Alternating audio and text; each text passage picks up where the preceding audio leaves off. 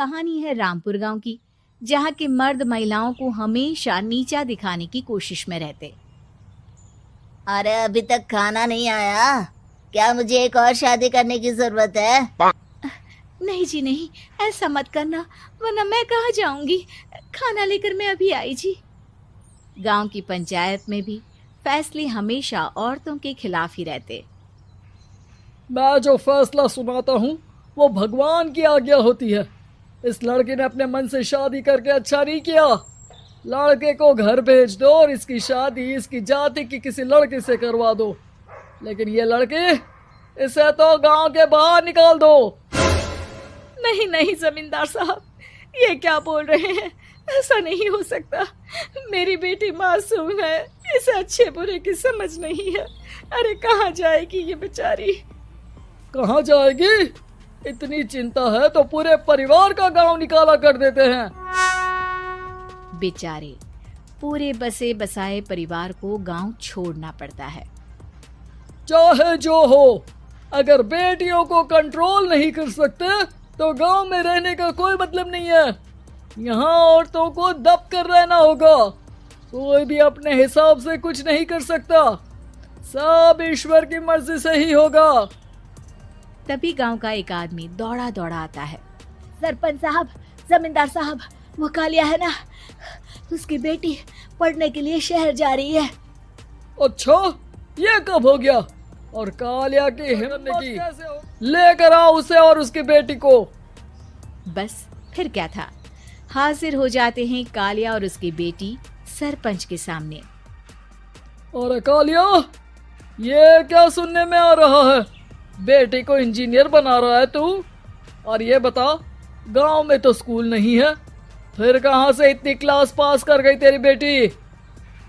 राधा, जो कि कालिया की बेटी, सरपंच उसकी तारीफ कर रहे हैं।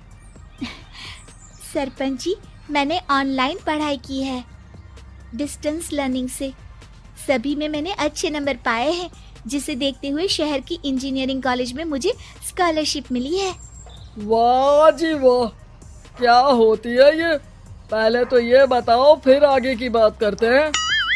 पूरा गांव राधा की बात सुन रहा था और राधा बोलती जा रही थी। तो ऐसे मैं फ्री में एक अच्छी शिक्षा लेकर गांव में जो कुछ परेशानियां हैं, जैसे बिजली, पानी और इंटरनेट जैसी समस्याओं के लिए काम करूंगी। मैं गांव को शहर से जोड़ने के लिए पुल का निर्माण करवाने का प्रस्ताव रखूंगी। मुझे पूरी उम्मीद है कि जल्द ही हमारा गांव भी तरक्की की राह पर चल पड़ेगा।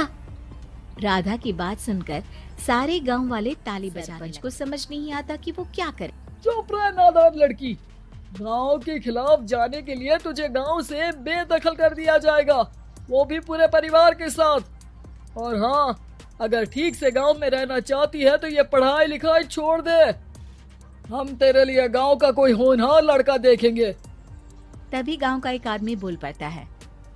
अरे नहीं नहीं सरपंच जी, राधा बिटिया जो बता रही है, तो हम लोगों को पैसा कमाने के लिए बाहर नहीं जाना पड़ेगा।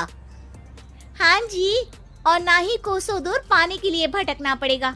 हमारे बच्चे भी अच्छी पढ़ाई कर सकेंगे और आगे बढ़ेंगे, ना कि हमारी तरह खेती करते बैठेंगे।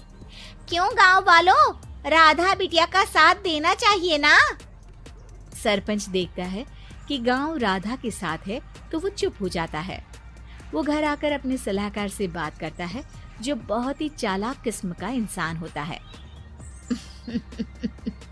अरे सरपंच साहब, आपको बहुत ही होशियारी से काम लेना पड़ेगा। एक बार गांव तरक्की कर गया, यहाँ के बालक पढ़ पूछेगा आपको। और फिर ये जो बेटा और बेटी है ना आपके, इनको भी आम लोगों की तरह ही जीवन जीना होगा। हाँ, लेकिन करे तो क्या करे? वो ना आप मुझ पर छोड़ दीजिए, बस मैं जैसा बोलूं करते जाइए।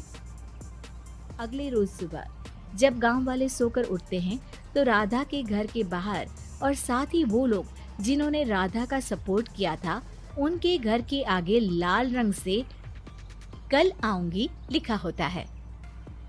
कल आऊंगी? यह क्या होता है? अरे यह तो खून से लिखा है, लगता है कोई भूत प्रेत या चुड़ैल का साया है।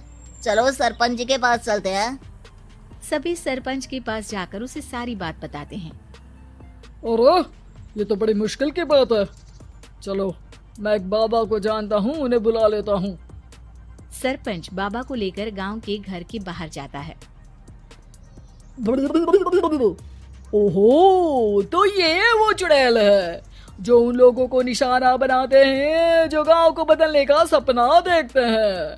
वो गांव को ऐसे ही संपन्न देखना चाहती है। वो नहीं चाहती कि कोई बाहरी यहाँ का कायाकल्प करे। क्या तुम लोगों में से किसी ने गांव को बदलने की सोच रखी है? तभी राधा की माँ रोते रोते आती है। मेरी राधा घर से गायब हो गई है। अरे कोई तो बचाओ, मेरी बच्ची कहाँ गई?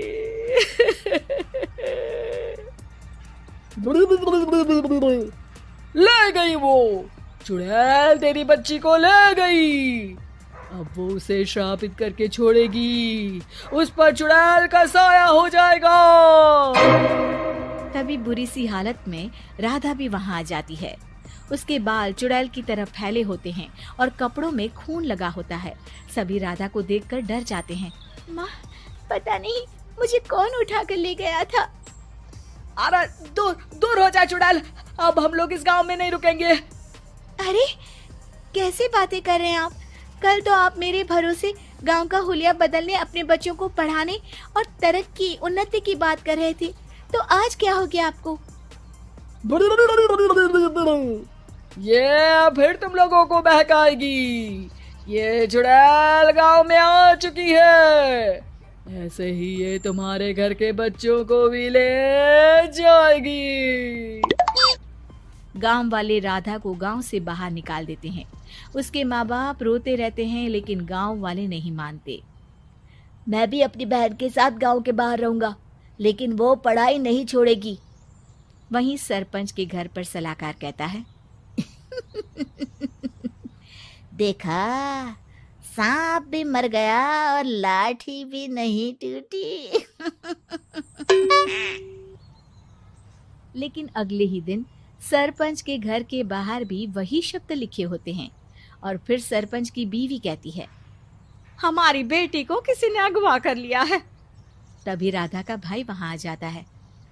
अरे गांव वालों, मैंने सरपंच जी की बेटी को देखा था। वो चुड़ैल उसे उठाकर ले जा रही थी। अरे क्या मजाक कर रहे हो? नहीं नहीं सरपंच जी, आप नहीं जानते। वो चुड़ैल अब आपकी बेटी में आ जाएगी, जैसे राधा के अंदर आ गई थी।